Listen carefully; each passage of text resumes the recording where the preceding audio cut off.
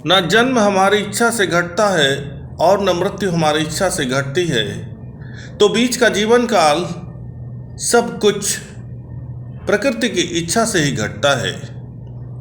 इसीलिए प्रकृति के विरोध में बोलना, प्रकृति के विरोध में सुनना और प्रकृति के विरोध में चलना, यही रोग और दुख का कारण है। इस तर्क और तथ्य को बुद्धि भली भांति जानती है। जानामि धर्म नच में प्रवृत्ति, जानाम्य अधर्म नच में निवृत्ति, केनापि देवेन हृदय स्थितेन यथा नियुक्तो अस्मि तथा करोमि।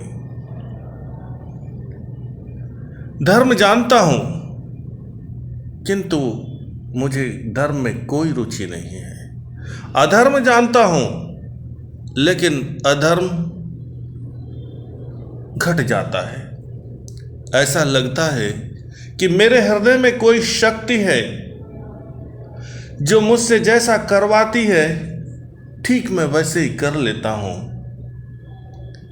जीवन तो कर्मों का खेल है। जैसे कर्म होंगे, जैसे संस्कार होंगे, जीवन ठीक ठीक वैसे ही घटता हुआ चलेगा। मेरे प्रिय आत्मन, आप लोगों के भीतर उपस्थित शिव चैतन्यता को प्रणाम करके आज की शिव भक्ति योग कथा और महामृत्युंजय मंत्र साधना सत्र प्रारंभ करते हैं। आज के दूसरे दिवस की इस बेला में आज हम संबोधि ध्यान की साधना करेंगे। जैसा कि मैंने उच्चारण किया संबोधि, अर्थात सम का बोध हो जाए। और संबोधि का अर्थ ही है पूर्ण ज्ञान। संबोधि का अर्थ है अपने भीतरी आंख को जानना।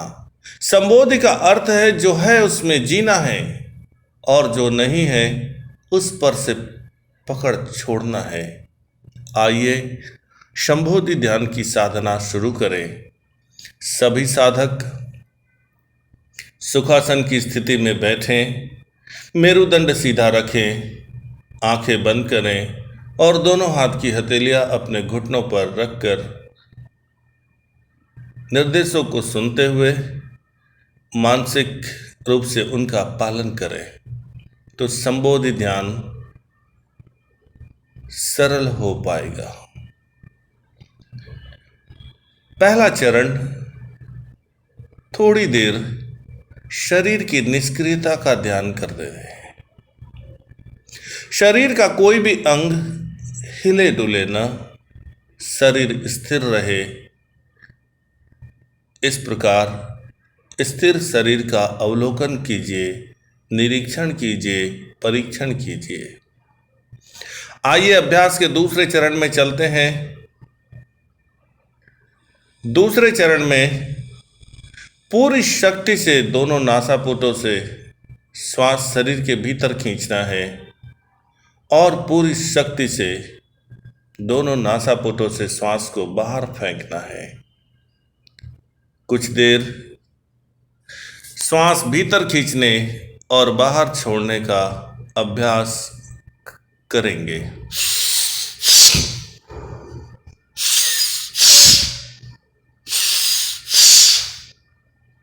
इस प्रकार अभ्यास करते हुए थोड़ी देर रुकना है।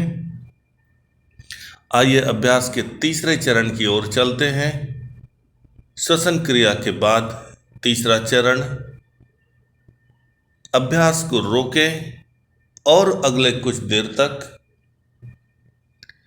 श्वास वृत्ति का दर्शन करें। श्वास की गति, श्वास की मात्रा, श्वास का पथ, इनका निरीक्षण करेंगे, अवलोकन करेंगे, परीक्षण करेंगे। इसके बाद अगले चरण में विचार वृत्ति दर्शन की साधना करेंगे। मन में जो विचार उठ रहे हैं उनको देखना है, उनका निरीक्षण करना है, उनका परीक्षण करना है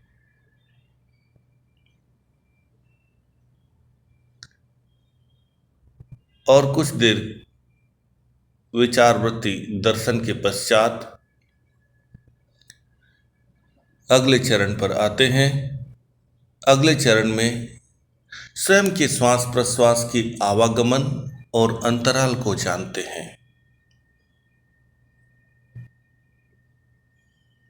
और कुछ देर बाद अगले चरण में हम स्वयं के मूल कर्म, जो हमसे भूल होती है, जो गलतियां होती है, उन्हें सुधारने का संकल्प लेते हैं। स्वयं की दिनचर्या, खान पान, आचरण, विचार को परि प्रकार संबोधित ध्यान में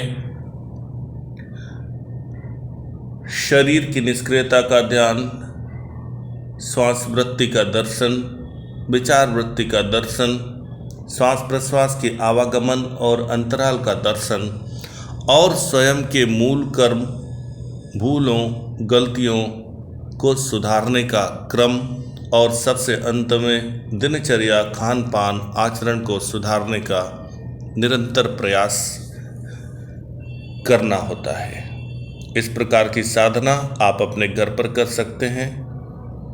आओ अभ्यास समाप्त करें और अपने जीवन में उतारें। नमः शिवाय।